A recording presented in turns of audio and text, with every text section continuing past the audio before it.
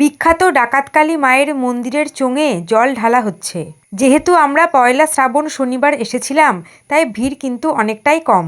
যদিও রাত 12টার পর আজ কিন্তু রবিবার পড়ে গিয়েছে। আগামীকাল সোমবার প্রচুর ভিড় হবে। জল ঢালার পর মন্দিরের পাশের এক দোকান থেকে চা বিস্কুট খেয়ে আমরা আবারও হাঁটা শুরু করলাম কাশী বিশ্বনাথের দিকে। এই রাস্তা দিয়ে সোজা এসে ডাকাতকালী মায়ের মন্দির দর্শন করে ও জল ঢেলে আমরা আবারও এগিয়ে যাচ্ছি কাশী বিশ্বনাথ তথা কাশী বিশ্বনাথ হয়ে তারকেশ্বরের পথে। আর আগে যে মোড় ক্রস করলাম ওই মোড় দিয়েও কাশী বিশ্বনাথ, আর এই রাস্তা দিয়েও কাশী বিশ্বনাথ একই রাস্তায় গিয়ে কিছুটা করে মিশছে।